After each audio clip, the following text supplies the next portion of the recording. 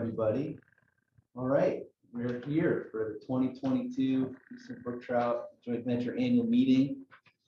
I'm Matt Gillespie. I'm the chair with Jake Rash as the vice chair. Lori Maloney, you're gonna hear from a second, our new coordinator. Well, a year now. And looks like we had a lot of folks on the virtual setting. So welcome. We're going to go through introductions in a second. I'm just going to set the stage here with some background on the joint venture. Many of you in the room and on the phone have been with us the whole time since 2005. That's when I joined Trout Unlimited at the time, the joint venture, and we've been around 18 years now. So let's advance. Just kind of talk a little bit about sort of where we've come from. So one of the first national fish habitat partnerships. Joint venture was officially sort of incorporated in 2007, but we started in 2005. Mark Huddy, myself, Teresa Thieling, talking to all the state managers across 17 states. And what we determined was we needed to figure out what's the status of brook trout across the 17-state eastern range, which is about 70% of the U.S. range, less than half of the total range across the North American continent. But the goal was to try to improve fishable populations for brook trout. So that's why we're here, to improve fishable populations of wild brook trout. Next slide.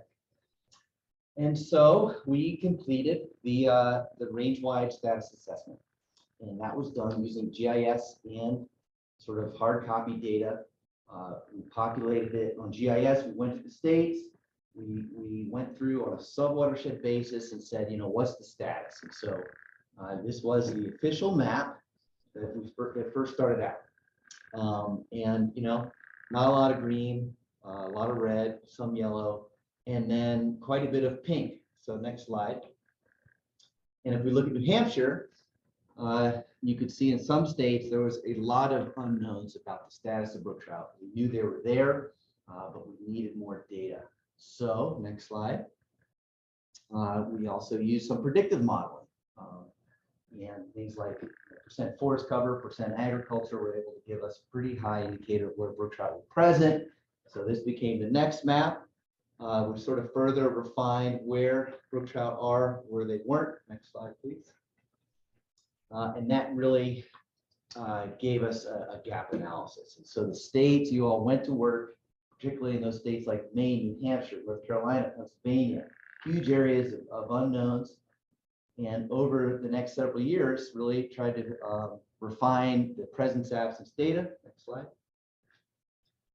And we moved into a finer scale. So in September, or in 2015, we moved to the catchment.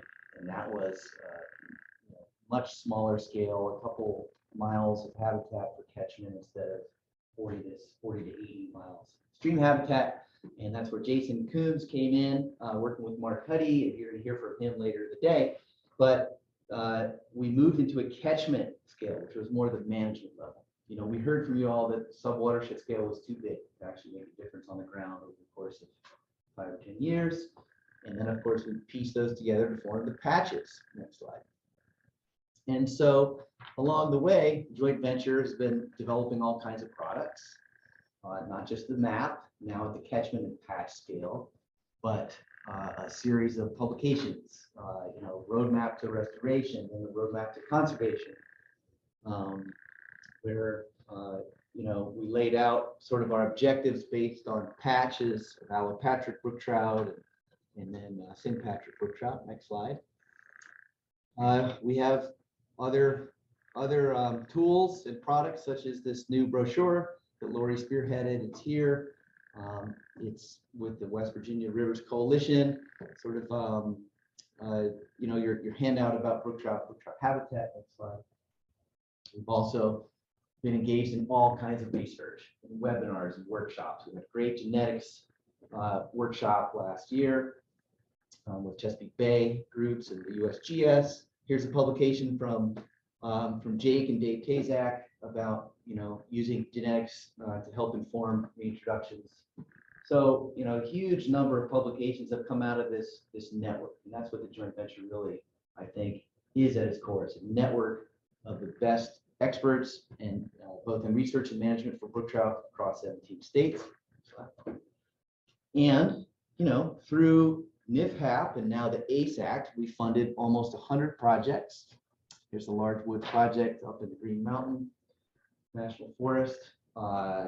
Most of those projects we fund up to $50,000. They're typically $250,000 on average, so huge amount of leverage funding. And then that's just the tip of the iceberg. I mean, the states, the Forest Service, TU chapters, they're funding hundreds and hundreds of other brook trout projects. And so, this is sort of the tip of the iceberg with what we do with the NIFHAP funding. But again, we're really making a difference on the ground with the projects. Next slide. One example is Smith Creek. So now we've been around 18 years. We have the ability to look back and see how effective these projects have been. What have they been doing for brook trout? What have they been doing to deal with the habitat changes, with climate change, with non-native species? So here's just a cool photo montage Lori put together. Smith Creek, can't really see it, but it's 19. Well, The laser works. 99, 2015, 2021. So it's just a major riparian reforestation project over 4 miles. Next slide, please. There's all kinds of outreach too and engagement. This is a snorkel program on the Monongahela National Forest. We have a number of youth snorkel programs now. The states have all kinds of angler engagement. There's different projects focused on brook trout. We hear about the state management plans for brook trout. Those have changed. So the joint venture has been a part of all of that. Next slide. And, I would say we have a really much deeper understanding of brook trout, which are, and just how they operate. The research that has come out of this network has really opened our eyes, I think. We know that they typically found in very small drainages. We have lost a lot of these more complicated life history traits, but they're still around. The genetics, that's just an incredible sort of Pandora's box that we just opened up. What they need to survive, how they compete, how they don't compete. We're going to hear more about that later on in the next few days.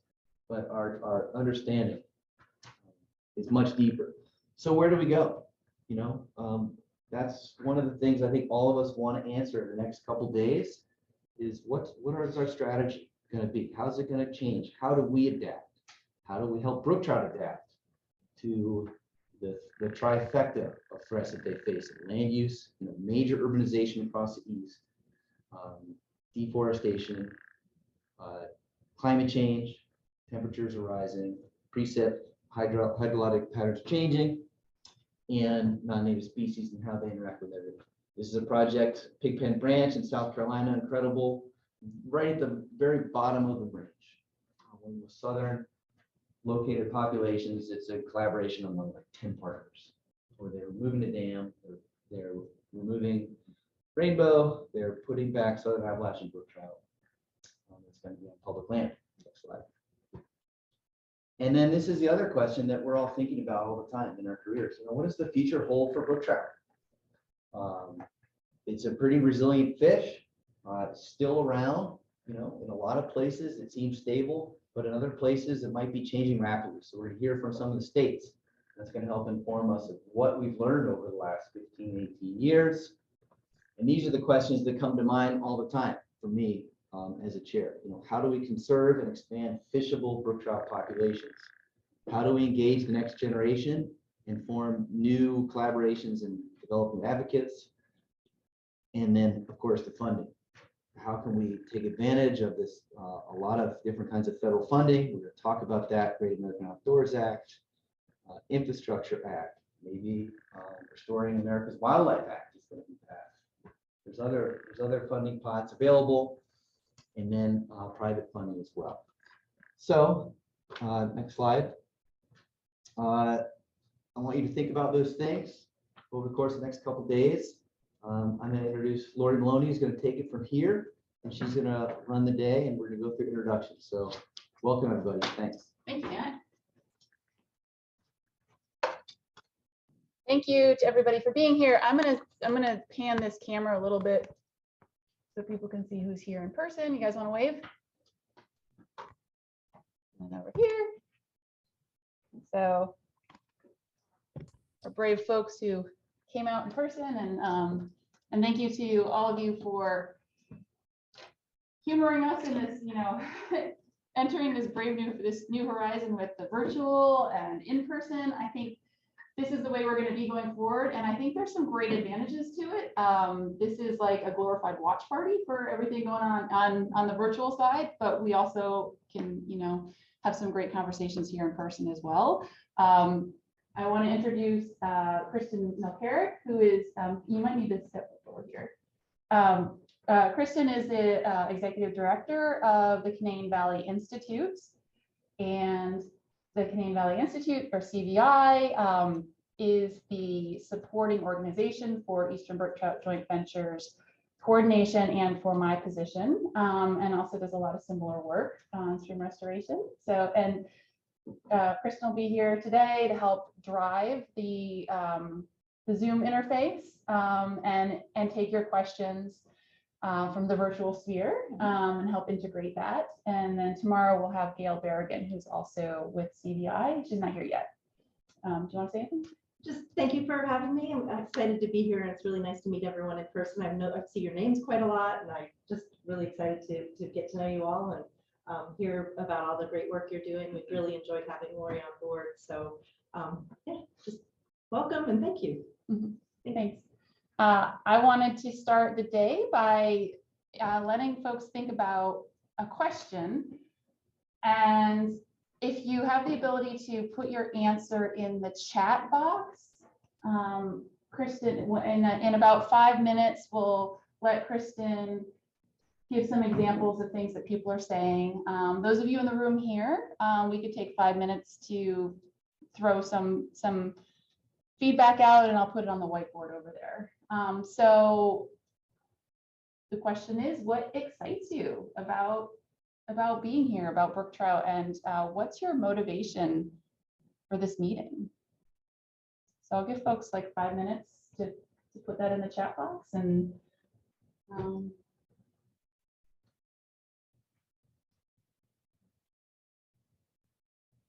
I'll start, I guess, with myself. What motivates me is, well, one thing that motivates me is that people love this fish. And I've just been blown away. I'm not really an angler myself. I'm more of a scientist turned restoration person who spent a lot of time in the water. But what motivates me is, with brook trout specifically, is that people love this fish so much. They have an almost religious reverence for it, and it brings so many memories, and it colors their life in so many ways that it motivates them to do conservation. And so I love being able to use, both protecting brook trout for its own sake, and also the fact that it motivates people to be better stewards of the environment. So that's my motivation in general. My motivation for today is I want to get a couple steps further on a lot of the questions that Nat brought up a minute ago. So are we having any? We are. Yeah. Do you want to read, Kristen? Do you want to read one of the ones from the virtual sphere, and then we'll get a couple from in person? Sure. Matt Culp said, I'm excited about the brook trout populations we've restored. I'm excited about those we're working to restore in the future, and it excites me to pass this passion on to future fisheries biologists and partners.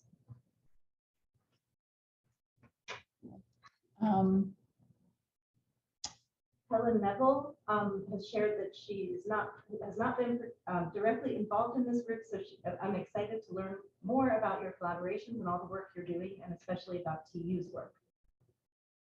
Awesome. I'm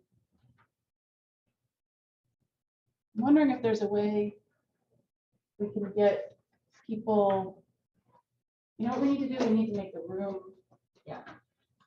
That's right, we spotlight this.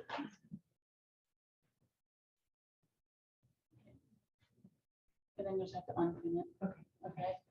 So here's the room. You're Ryan. All right, so now I'm gonna ask somebody from over here. Who wants to go first? We're not gonna pick everybody. How about Me? Yeah. All right. all right, I mean, first Dan. off, I love Brook Trout. I think they're gorgeous. They're charismatic fish, one of the few fish species that you said people adore.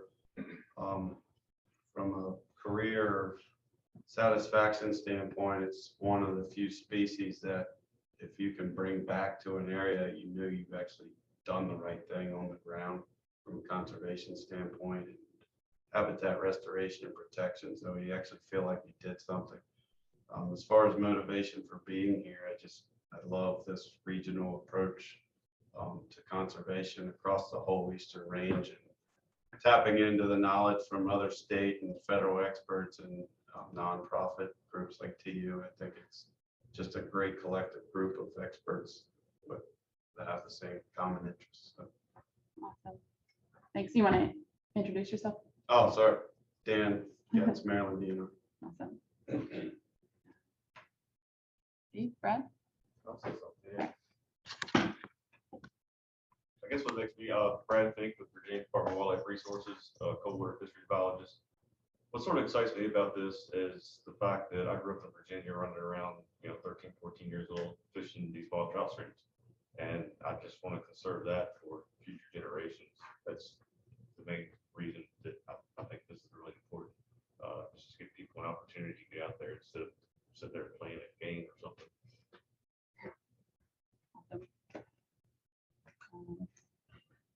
I think we've got 5 minutes. Are we good with continuing to do this just a little bit?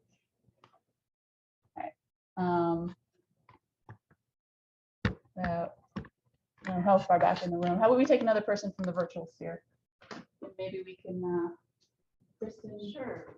Chad Landreth shared that to hear the stories of a young person catching their first wild brookie or a seasoned angler catching more or bigger fish following conservation work that we do. And Fred Henson is excited to compare notes with colleagues working on the shared challenges of conserving the native brook trout.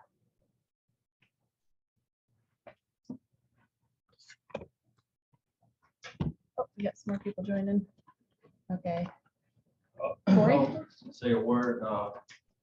Corey Phillips here from Ryland Fish and Wildlife. Just kind of from a more broad perspective, we as humans are continuing to impact the landscape and various habitats for native species. So I feel we owe it to native species to protect and mitigate those impacts as much as possible. So I think that's why I have a passion for doing this type of work. And what about a motivation for this meeting today? Is there something in particular that you're hoping to get out of it? Yeah, I'm interested in hearing what other states, what actions they're taking or prioritizing for conserving the species. Coming from such a small state, only have minimal resources to dedicate to this type of work. So prioritization is very important. Mm-hmm. Awesome. Anybody else? Oh, Jason? Okay. Jason Coombs, U.S. Fish and Wildlife Service. For me, it's always, the motivation is to try to help create and develop the best tools and data resources that we can so that management decisions can be made having that knowledge and information. So try to conserve or preserve what we have. Mm-hmm. Is the audio okay for everybody at home? Yeah, sounds great. It's great. Awesome, great. Anybody else? Got maybe. Okay, go ahead, Matt.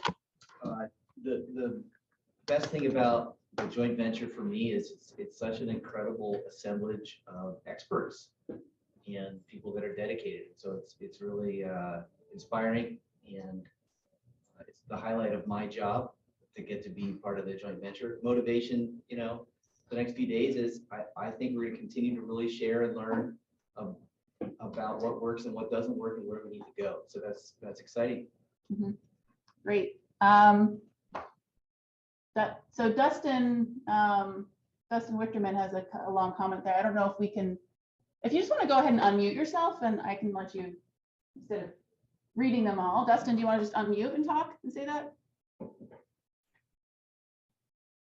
Sure. Yeah, I'll jump in here. And sorry that I wasn't able to be there today. I would love to see all you folks. And equally as excited, kind of echoing what Matt said out there. It's so amazing to see the evolution of the Eastern Brook Trout joint venture.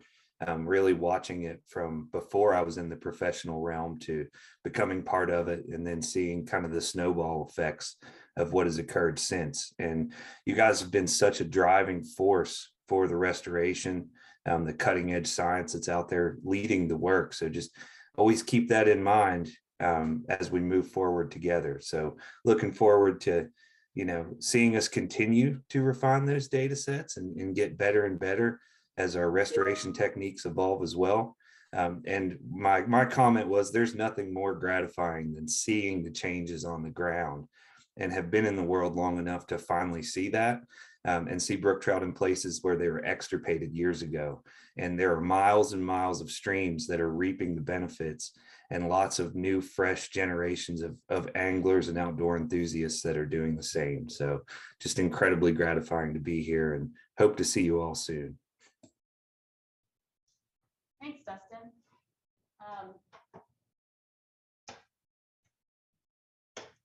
I think we got one more minute before we put David Thorne on from West Virginia. So is there anybody else in here who wants to share something that let's just stick with what you hope to accomplish today? Does anybody else have some feedback on that?